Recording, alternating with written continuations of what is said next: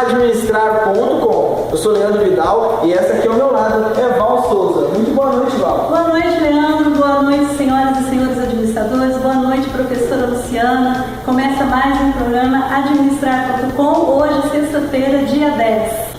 Meus amigos, estamos recheados de atração e você, que é do ramo administrativo, não pode perder. Val, fala pra gente o que a gente tem pro programa de hoje. É isso aí, Leandro. Hoje nós vamos estar falando sobre escolas humanísticas. Vamos falar sobre a experiência de Halter. É o Bial Mário que falou de todas e sobre as suas fases. E sem querer te interromper, mas já te interrompendo, a gente também vai falar sobre o tema da teoria comportamental com o Fábio Barreto. Ele vai vir aqui explicar tudo sobre esse tema. Isso, e também nós vamos ter uma reportagem com o Cassiano, que vai estar falando para nós sobre grupos informais. E ainda sobre liderança, a gente vai ter aqui uma reportagem com Angélica Arantes. É isso aí, Leandro. Nosso programa hoje está super recheado de coisas legais. É isso aí, Leandro.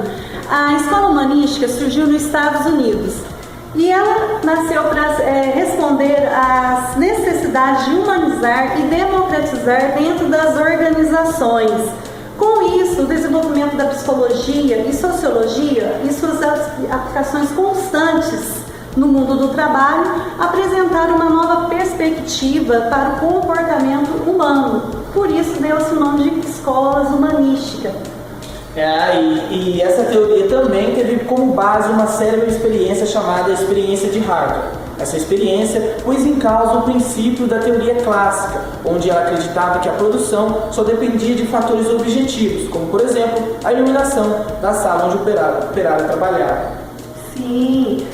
E para iniciar o nosso programa, vamos começar com uma entrevista com a nossa repórter Franciele, que vai estar entrevistando Yara, que vai falar um pouco mais sobre essa experiência. É com você, Franciele. Boa noite, Valquíria. Boa noite, Leandro. Estamos aqui ao vivo com a Yara, que é especialista em teorias da administração, e ela irá nos falar um pouco mais sobre Elton Maia e a experiência de Halter. Seja bem-vinda, Yara. Obrigada, boa noite. Yara, você pode nos explicar um pouco mais sobre Elton Maia e a experiência de Halter? Claro, Maia era australiano diplomado em Lógica, Filosofia e Medicina. Ele trabalhou, inclusive, na Escola de Administração de Negócios de Harvard, onde produziu suas principais obras. Maia, enquanto os outros estudiosos focavam em empreendimentos, estudos, produção, Maia realçou os aspectos sociológicos da administração, criando assim a Escola das Relações Humanas. Yara, todos nós sabemos que foi a partir da experiência de Halter que foram definidos os princípios básicos dessa escola. Explica pra gente um pouco mais sobre isso. Maia coordenou uma experiência numa fábrica de equipamentos de componentes telefônicos situados em Halter. O objetivo inicial era estudar a relação entre a intensidade da iluminação e a eficiência dos operários, tendo a produção como medida de avaliação. Essa experiência foi feita dentro de um departamento de montagem de relés, por moços que executavam um trabalho simples, mas repetitivo e que exigiam rapidez na sua execução. Com essa experiência, a empresa que já visava o bem-estar dos funcionários queria conhecê-los um pouco mais, proporcionando assim melhores condições de trabalho. Legal, Yara. Muito interessante esse assunto sobre o Elton Maia e a experiência. E temos também 4 fases, né? E você pode nos explicar um pouco mais sobre elas? Sabemos que na primeira fase é feita a escolha de 2 grupos, que são o grupo de observação, onde os empregados trabalham sob luz com intensidade variável, e o grupo de controle, onde os empregados trabalham com luz e intensidade constante. É isso mesmo? Correto, Franciele. O objetivo desta experiência era verificar o efeito da iluminação no rendimento dos operários. Porém, se descobriu o fator psicológico. Os operários aumentavam ou diminuíam a produção de acordo com a intensidade da luz. Isso foi comprovado quando foi feita a troca das lâmpadas, fazendo com que os operários acreditassem que também alterariam essa intensidade da luz. Com isso, ele produzia mais ou menos. Então, podemos concluir que o fator psicológico prevaleceu sobre o fator fisiológico e que as condições para a produção também são importantes para essa primeira fase. E temos também, além dessa fase, mais 3 fases, não é mesmo? Claro, eu irei explicar um pouco sobre elas. Na segunda fase, foi verificada a influência de fatores fisiológicos, como a mudança de horário e intervalos de descanso, no departamento de montagem dos relés. O primeiro grupo formado foi o de observação. Era composto por 6 moças. 5 delas montavam e uma delas ia fornecer as peças. Esse grupo ficava numa sala separada junto ao supervisor. E todas elas foram convidadas e elas sabiam desse objetivo dessa experiência. Já o grupo de controle, ele era formado pelo restante dos funcionários que mantiveram as condições de trabalho. Exato. Yara, você pode nos dizer qual foi o resultado obtido nessa fase? O resultado obtido foi que essas 6 moças que trabalharam naquela sala preferiram aquela sala, trabalhar daquela maneira, que tinha uma supervisão mais branda, fazendo com que elas trabalhassem com menos ansiedade e com mais liberdade. Elas não tinham medo do supervisor, o que fazia com que elas se sentissem motivadas a trabalhar. Exato, Yara. Mas essa experiência trouxe muitos bons resultados para as organizações. Tenho certeza que o pessoal da administração está adorando esse nosso bate-papo e iremos agora falar sobre a terceira fase, correto? Sim, é muito interessante. Vale a pena entender todo esse contexto, pois ele também influencia na vida das organizações. Na terceira fase, o maior objetivo era o estudo das relações humanas. Foi observado que a empresa sabia muito pouco sobre as atitudes dos funcionários. Com isso, foi implementado um programa de entrevistas, fazendo o que acabou revelando uma organização informal desses operários. Essa organização servia como proteção contra as decisões da empresa. Quando o funcionário se sentia ameaçado, eles tinham esse grupo informal para poder acabar dando uma assessoria para eles. Legal. E temos a última fase para discutirmos, que fala sobre a relação entre as organizações informal dos empregados e a organização formal da empresa, correto? Certo. Que bom que você está gostando. Na quarta fase, assim como na segunda, foi separado um grupo em uma sala onde era observado e entrevistado regularmente, com este objetivo que você nos disse, sobre a relação informal dos empregados, certo? E a relação formal da empresa. Muito legal esse nosso bate-papo. Conseguimos fazer com que nossos alunos aprendam um pouco mais sobre essa matéria, que é tão importante para nós administradores. Sim, além disso, eles podem consultar vários livros de administração que também irão complementar esse mesmo estudo. Pois concluímos com esse estudo que o fator social tem total importância na vida das organizações. Ao contrário do que dizia a administração científica, que via a empresa como uma máquina e não se importava com os fatores humanos. Com certeza. Também podemos perceber que o nível de produção depende da integração social dos indivíduos, e não somente da capacidade física e fisiológica. Ao contrário da escola clássica, é importante considerarmos os fatores sociais e expectativas individuais. Exatamente. Devemos ressaltar que o salário será pago, mesmo que o colaborador estiver de acordo ou não com o grupo espera dele. Sendo assim, a organização informal passa a ser de extrema importância, e isso era um fato que não era considerado nem por Taylor e nem por Fayol. E ao contrário do que se dizia a teoria clássica, a maior especialização não leva a maior eficiência, e sim se considerarmos a influência do conteúdo do trabalho sobre a moral do trabalhador. Isso mesmo, Diário. Cada vez estamos ajudando mais nossos alunos a compreenderem esse tópico. Podemos dizer, então, que o comportamento humano é muito complexo e que o homem é condicionado pelo ambiente e que nele necessita de segurança, aprovação, prestígio e autorrealização. Isso mesmo. Espero ter contribuído com os nossos alunos e professores, com um pouco mais dos meus ensinamentos. Podem contar comigo sempre. Obrigada por mais este convite e boa noite a todos. Imagine, Yara, é um prazer para a gente receber você em nosso programa. Muito obrigada mais uma vez. E voltamos agora aos nossos estúdios com a Valquíria e com o Leandro. Então, agora a gente mudando de assunto e indo agora para um tema também bem pertencente a essa teoria, a gente vai falar agora sobre os grupos informais. Sabemos que dentro de todas as organizações formais existe um outro formato de grupo, que são criados dentro e fora dessa estrutura. Sim, Leandro, e para dar mais ênfase nesse assunto, nós vamos chamar a nossa repórter Cíntia, que vai estar entrevistando o Cassiano, que vai estar falando tudo sobre esses grupos informais dentro de uma organização. É com você, Cíntia. Administrar.com Boa noite, Leandro. Boa noite, Valquíria. Estamos aqui essa noite com Cassiano Trajano, especialista em grupos informais. Cassiano, boa noite. É um prazer receber você aqui essa noite. Boa noite, Cíntia. Boa noite a todos. Muito obrigado pelo convite e espero ajudar vocês um pouquinho aí sobre os grupos informais.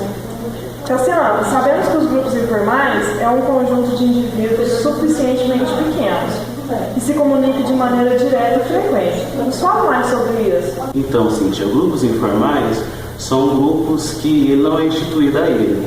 Ele é aquele grupo que ele é criado, não é? Tipo, um exemplo, uma família. Uma família ela tem liderança, mas são líderes diferentes e se posicionam em cargos diferentes. Um exemplo que eu posso te dar dentro de uma empresa é quando um gerente ele junta 10 funcionários, né? E quando ele junta aqueles 10 funcionários, ele já está meio que criando um grupo informal. E já entrando só um pouquinho, o grupo formal, o grupo formal ele já tem aquela, não uma instituição, mas ele já tem aquela predominância, uma regra em seguida entre eles. Falando mais sobre o grupo formal, fala mais pra gente sobre isso. Então, os grupos formais, ele é bem adotado na maioria das grandes empresas. Ele é como se fosse uma estrutura da empresa. Por exemplo, a gente tem no grupo formal as tarefas. As tarefas, ela é dominada de... como é que eu vou te dar um exemplo? Tem o gerente, o diretor e o coordenador. Quando ele vai despedir aquele funcionário, ele se grupa numa formalidade para decidir o fim do porquê ele está admitindo aquele funcionário. O grupo formal é mais isso, ele volta mais assim sobre a formalidade da empresa, as regras, as estruturas da empresa. Entendi. Isso é muito interessante. Obrigado por ter vindo dessa explicação para nós essa noite. Eu agradeço, Cíntia. Muito obrigado a todos. Espero poder ter ajudado aí a todos e que vocês possam ter entendido um pouco mais sobre grupos informais e grupos formais. Valquíria e Leandro, é com vocês. Leandro, vamos trocar um pouquinho de assunto aí, mas sempre dentro das relações humanas, teoria das relações humanas. Vamos falar um pouco sobre teoria do comportamento. A teoria comportamental, teoria behaviorista da administração, trouxe uma nova direção e um novo enfoque dentro da teoria administrativa. A abordagem das ciências do comportamento, o abandono das prescrições normativas e prescritivas das teorias anteriores, como a teoria clássica, a teoria das relações humanas e a teoria burocrática. E a adoção de posições explicativas e mais descritivas. Agora, a ênfase é nas pessoas. Sim, Leandro, mas também não devemos confundir a teoria behaviorista com a escola behaviorista, que desenvolveu a psicologia a partir dos trabalhos, porque ambas fundamentaram no comportamento humano. Mas não vamos entrar muito em detalhes. Vamos chamar agora o nosso entrevistado, Fábio Barreto, que vai contar tudo para nós sobre essa teoria. Olá, Fábio, muito boa noite. É um prazer receber você aqui no Administrar.com. Boa noite, Valquíria. Boa noite, Leandro. Prazer é todo meu de estar participando do jornal. Muito boa noite, Fábio. Fábio, no programa de hoje nós estamos falando sobre as escolas humanísticas, né? Sobre a teoria do comportamento, como é o comportamento dentro de uma empresa. A gente queria que você falasse um pouco mais sobre essa teoria do comportamento. Sim. Bom, essa teoria ela foi criada no final da década de 1940 com suas definições voltadas todas para a área administrativa. As origens da teoria comportamental, ela representa um desdobramento da teoria de relações humanas, só que rejeita alguns aspectos românticos que há nela.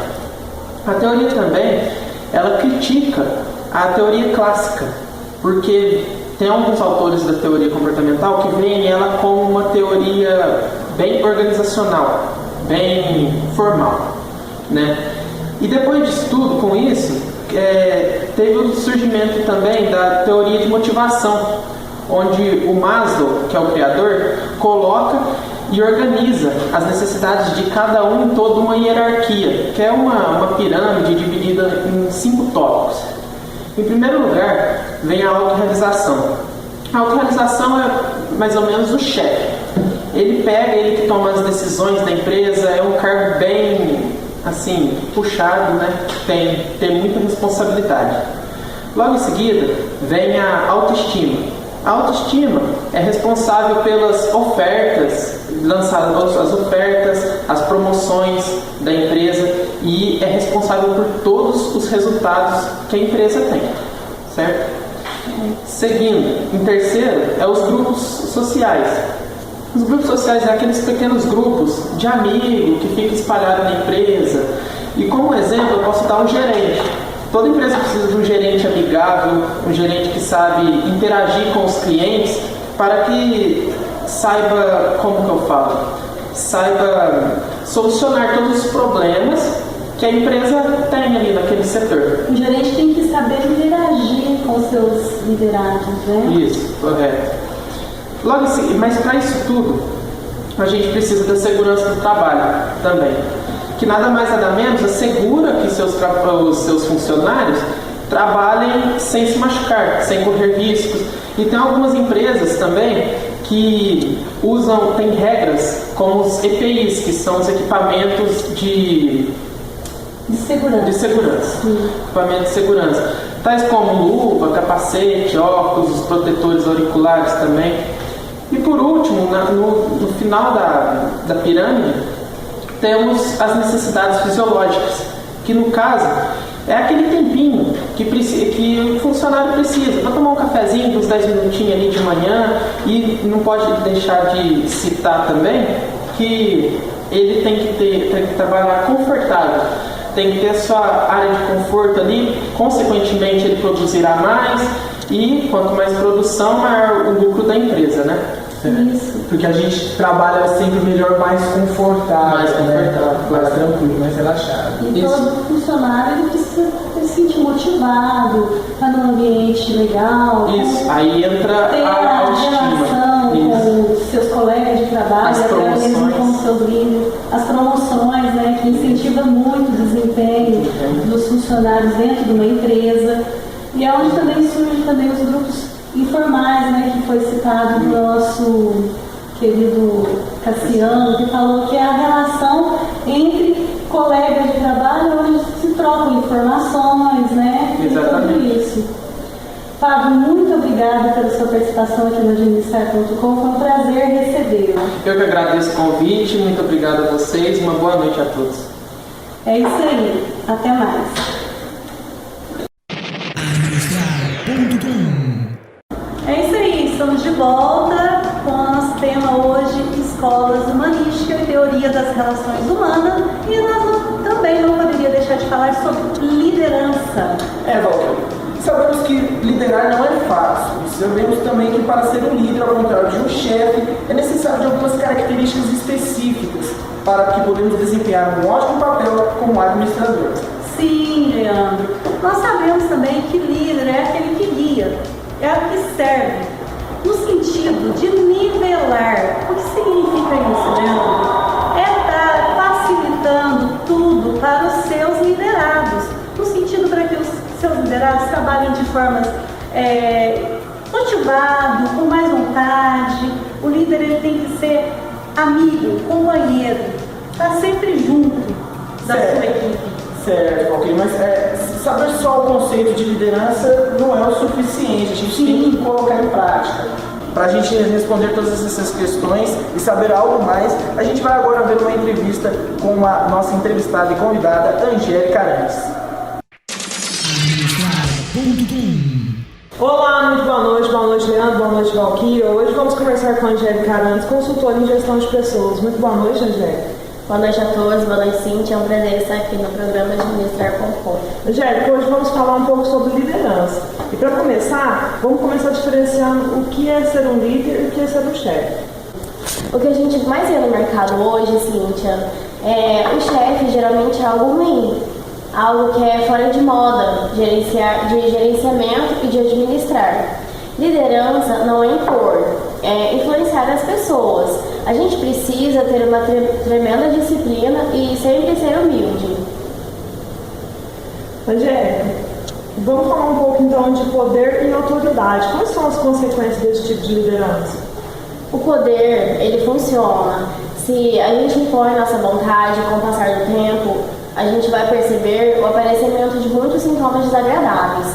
Toda a equipe fica desmotivada, as pessoas não conseguem sequer serem elas mesmas. E, além disso, pode-se elevar o turnover da empresa, a rotatividade de colaboradores.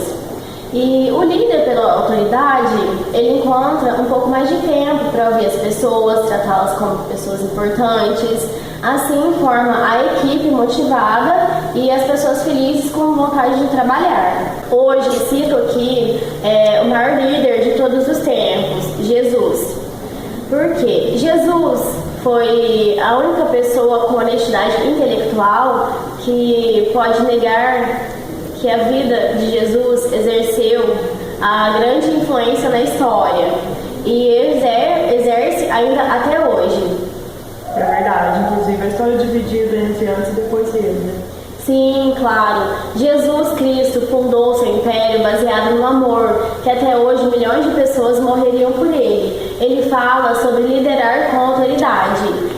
Em essência, ele dizia que se alguém quisesse influenciar as pessoas do pescoço para cima, então devia servir. Ou seja, sempre se sacrificar e procurar o bem maior de seus liderados. E a liderança é fazer o que é certo quando ninguém está olhando. Angélica, muito bom. Administrar.com agradece muito sua presença aqui nessa noite. Muito obrigada a todos, boa noite. É com vocês aí no estúdio, Leandro Valquírio. É isso aí, Leandro. Nosso programa já está chegando ao final. Mas tudo isso serviu muito para nós futuros administradores. A teoria das relações humanas nos ensinou muita coisa também. E com o decorrer do tempo surgiram várias críticas com relação a essa teoria. Essa teoria teve também uma crítica de ter visão inadequada dos problemas das relações industriais. Em alguns aspectos, a experiência de Harker foi insegura, artificial e mesmo tendenciosa, por causa que ela ficava só ali dentro da fábrica, não se especializou em outras fábricas e outras situações. É isso aí, Leandro. A oposição cerrada à teoria clássica, tudo aquilo que a teoria das relações humanas negava. Essa teoria teve também a alimentação do campo experimental, que levaram conclusões gradualmente à teoria a um certo descrédito, pois ela afirmava poucas coisas sem ter certeza e experimentando em poucos campos de toda a área da administração. Sim, a concepção ingênua e romântica dos operários. Falava muito só nas pessoas. E também teve uma ênfase exagerada nos grupos informais. Praticamente a teoria inteira falou mais focado nos grupos informais. Sim, e o enfoque manipulativo do líder Margot, que foi percebido e identificado pelos operários e seus sindicatos. Essa experiência foi manipulada por Elton e o pessoal que trabalhou junto nessa experiência. É isso aí, Leandro. O Administrar.com chega no seu final. Nós agradecemos a participação de todos e muito obrigado e boa noite. Muito obrigado, boa noite e até a próxima.